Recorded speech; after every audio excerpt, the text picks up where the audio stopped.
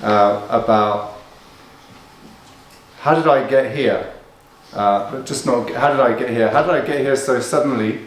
If I think back to just around Boxing Day, I had no idea, no plan at all to be here. So how did that happen? You know, for me, it's really important to check the steps that I've taken, to look at what's gone before, because it really informs me for where I am right now, and also it helps me to look into the future and to look at what is to come in my life. And I'm sure it's also the same for you. You sit here or you stand here today, and by looking at the steps that have brought you to where you are, you can look into tomorrow and you can have a better vision, a better plan of what you need to do, what needs to happen. So you can understand what your wins are, and then you can basically work out what needs to happen next. And I say wins because that's not really my word, I just need to explain.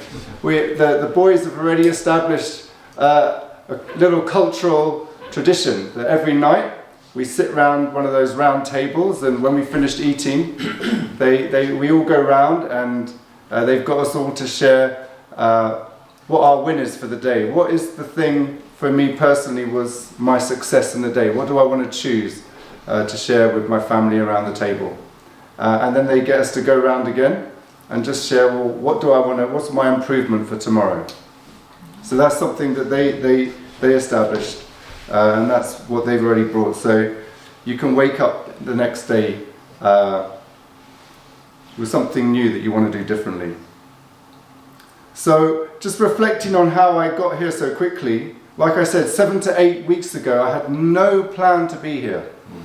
But I've got this thing that every year between Boxing Day and the 31st of December, I go through a process of looking back at the year that's almost gone out and getting ready to face up to the year ahead.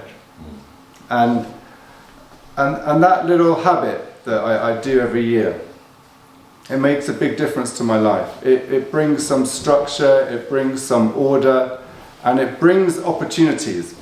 And I was sitting there and I was asking myself, if I try to imagine 2023, will it be the same?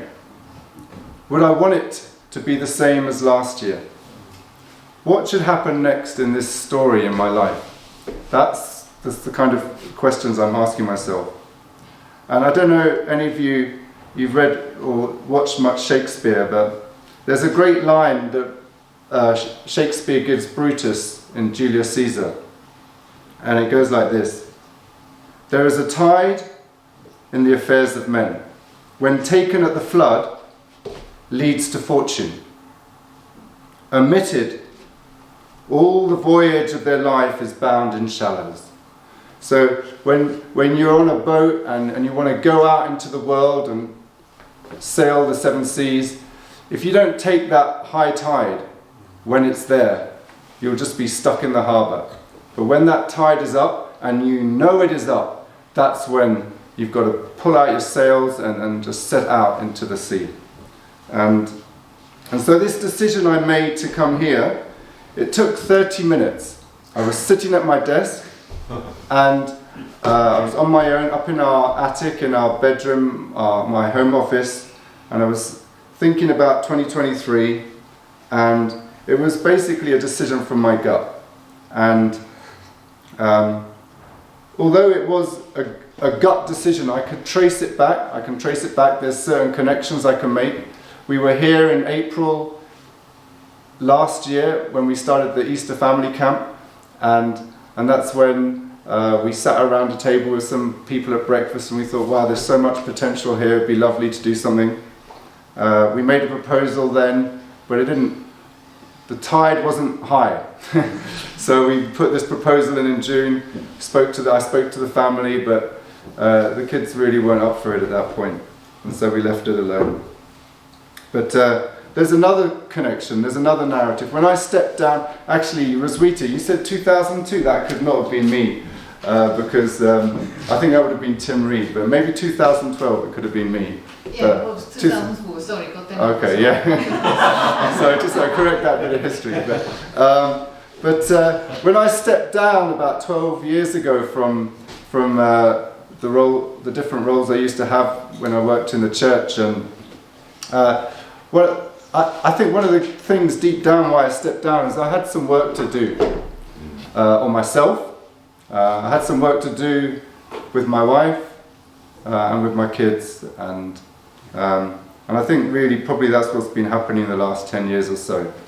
And also we just moved into a house, into a new house, but it still had to become a home. And so I think over the last 10 years, thanks to Cheerco, thanks to my kids, and particularly thanks to their friends actually, and to their friends' parents, our house really became a home.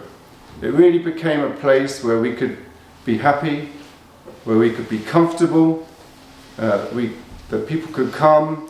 I just got memories of particularly Alex's brother Ollie just coming down in the morning, open the fridge, take out a tray of eggs.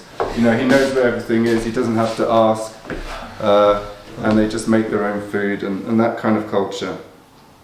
So that's how we want to have it here. If you ever come, just go and open the fridge and help yourself. But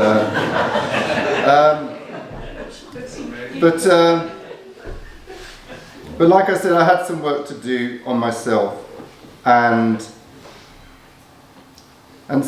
so we got to this point. I had got to this point where I sat there day after Boxing Day, and I knew that this home I'm living in is cozy and comfortable, and everything's kind of good. But I knew I was restless. Yeah, I was restless inside, and that something else needed to come. And I needed to get out from under that, being behind that desk every day on my screen doing the job I do. And the other thing was that I knew that this decision to come here wasn't necessarily going to depend on my wife or my children, that they were all good in terms of where they were going in their life. Things had changed even from the summer. Eddie had got his football scholarship, and Mark had found his path, I think, and changed his name, and a bunch of other things. And I think also particularly Chick has done a lot of work with me over the last years, and you know, I felt like I could go off and we would still be good as a couple. So there was no pressure on them, and I think that was important. That was pivotal to the fact that we're all here now.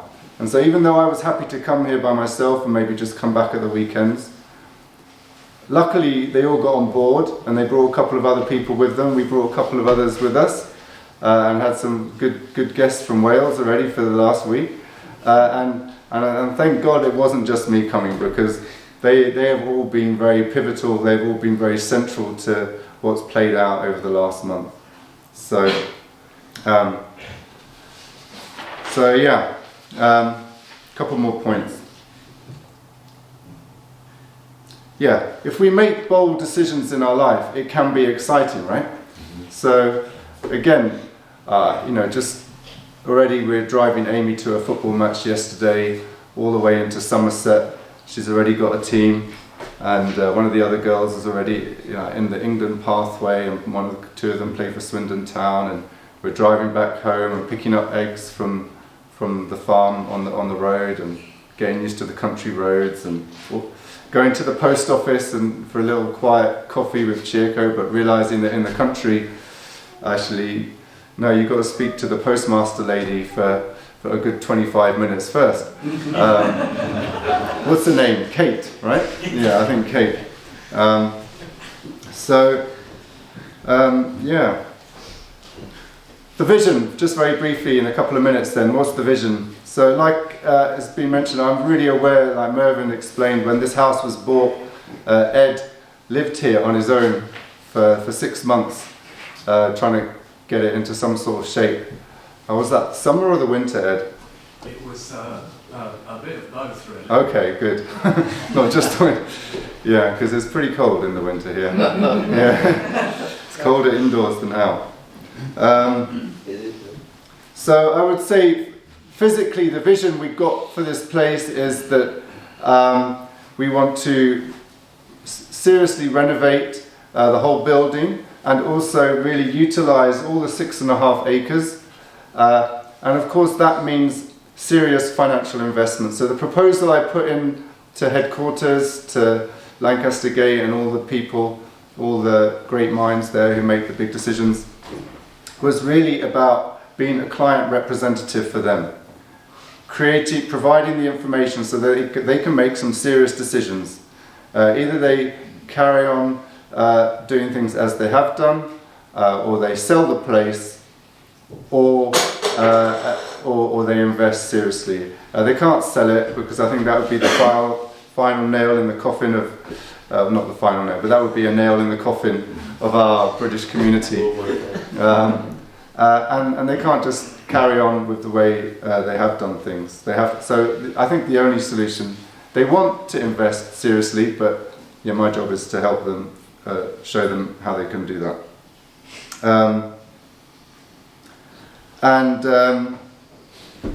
But what's the vision spiritually or culturally? In the end, we can only give what we've got to give, right?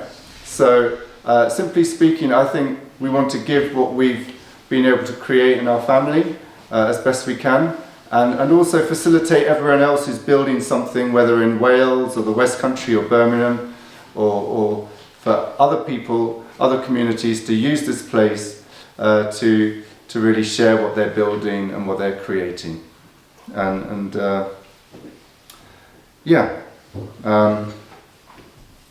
I guess one of the taglines we had when I was a pastor, we had it on our videos every week, we had it at the front at Lancaster Gate. It was making it easier to connect. That was our tagline. So I would like that to be something that people feel when they come here. Doesn't matter what you believe or where you are in your journey of your faith, or that you feel you can come here and it's a place where you can be nourished, you can be rejuvenated and find new inspiration. And you know, our movement can, this is just the final thought, our movement can seem quite small when someone asks me the question.